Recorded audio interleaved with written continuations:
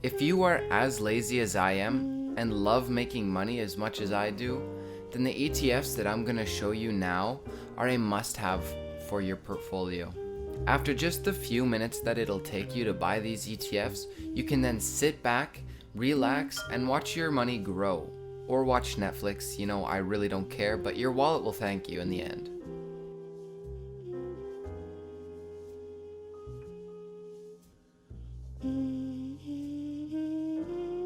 The first ETF that I want to talk about is ticker symbol VOO, or VOO. It is the Vanguard 500 Index Fund ETF, and it follows the S&P 500 index.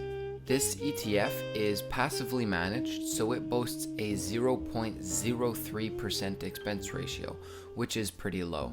VOO has $178 billion in assets under management, which is the total market value of the investments that it holds on behalf of its investors. It holds shares in 509 different stocks, with their top 10 holdings being Apple, Microsoft, Amazon, Alphabet, meaning Google, Facebook, Tesla, Berkshire Hathaway, Johnson & Johnson, JP Morgan Chase, and Visa. So the sector allocation of this ETF is 27.6% in information technology or tech, 13.5% in healthcare, and 12.7% in consumer discretionary as their top three. VOO also has a quarterly dividend at 1.57%, making this ETF even more attractive for a long-term investor. VOO has averaged 15% per year since its inception in 2010 and is a safe way to make gains while limiting downside risk. VOO is a highly liquid fund, meaning it has high volume. This lowers the bid-ask spread, meaning that you're going to get a good price, whether you're buying or selling. The Vanguard Total Stock Market ETF, or ticker symbol VTI, follows the CRSP US Total Market Index. It is also passively managed and boasts a 0.03% expense ratio. This particular ETF has $1.1 trillion in assets under management, with its top 10 holdings being Apple, Microsoft, Amazon, Alphabet, meaning Google again, Facebook, Tesla, Berkshire Hathaway, Johnson & Johnson, JP Morgan Chase, and Visa, so very similar to the previous one. Being a total stock market ETF, VTI holds stock in 3,634 different companies. To further break down the asset allocation of this ETF, its top three sectors that it invests in is information technology at 26%, consumer discretionary at 16.6%, and industrials at 13.8%. Historically, VTI has had a dividend, but as of January 2021, it has cut its dividend, which is a downside, I guess, to this ETF. VTI has averaged 13.5% per year over the past 15 years. It is a balanced fund with a healthy mix of small, mid-cap, and blue-chip stocks. And with over 3,000 holdings, it is very, very, very diversified.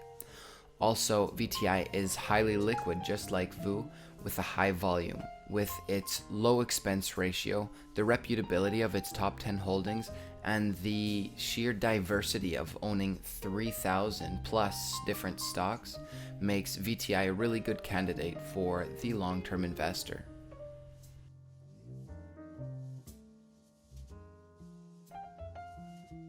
The final ETF we're going to be looking at today is Invesco QQQ. This ETF follows the NASDAQ 100 index and has a bit higher of an expense ratio at 0.2%. QQQ has $779 billion in assets under management, with its top 10 holdings being Apple, Microsoft, Amazon, Tesla, Facebook, Alphabet Class C and Alphabet Class A, Nvidia, PayPal, and Adobe. This ETF is relatively tech-heavy, with 47.9% of its assets in the information technology sector. Because QQQ only has 102 holdings, it is a higher risk ETF because of its lower diversity. Before I end this video, I just want to say that I am not a financial advisor. I'm just some guy that you found on the internet. You are probably old enough to make your own decisions.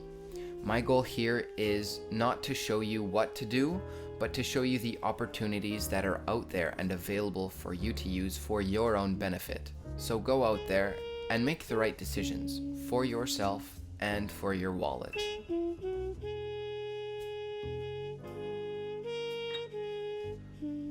As of posting this video, the information I have given you on these ETFs is up to date, but I have linked the updated fact sheets in the description for you guys if you want to do your own research.